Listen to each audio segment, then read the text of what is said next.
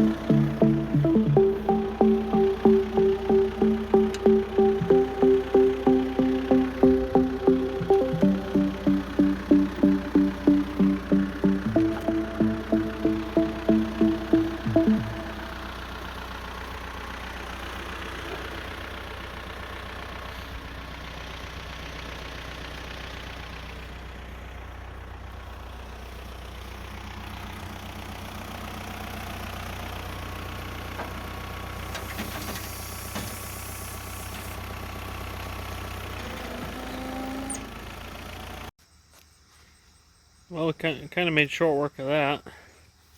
I didn't get a video of putting the axles under the Jeep because, to be quite honest, doing it by myself with the backhoe is kind of a challenging project, but we did get them under. And this thing is pretty freaking tall, even on stock tires.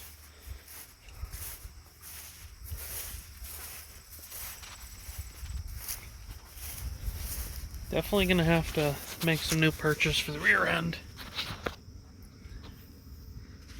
The stock one's still under there. Somebody cut up, as well as an added one they put in. The rear end's not quite centered, but it's close. But this side's on one of the spring perches, and this side isn't, obviously, so we're gonna have to take the rear end back out, torch off those ones, put some new ones on, and it'll be good. The front worked out pretty good. It's already set up for all the Chevy stuff, like I said before. So it bolted right in. It's pretty cool to see this thing with some axles under it. It's pretty motivating, actually. Now we've got to work on the rest of the drivetrain. Gonna take the 400 and the 205 out of the S10, or maybe I'll piece together a combo out of parts I got laying around here. But it should be a pretty cool rig. Gotta swap the dash out with my other Jeep. It's got a quarter stick in it already. It's pretty much bare bones. We're starting with a clean slate. And of course, I'm going to do my best and try my best to video as much as I can along the way. One-man crew, so we're going to see if we can make it happen. Like, subscribe, comment to the channel, and hopefully we can bring you guys some better content.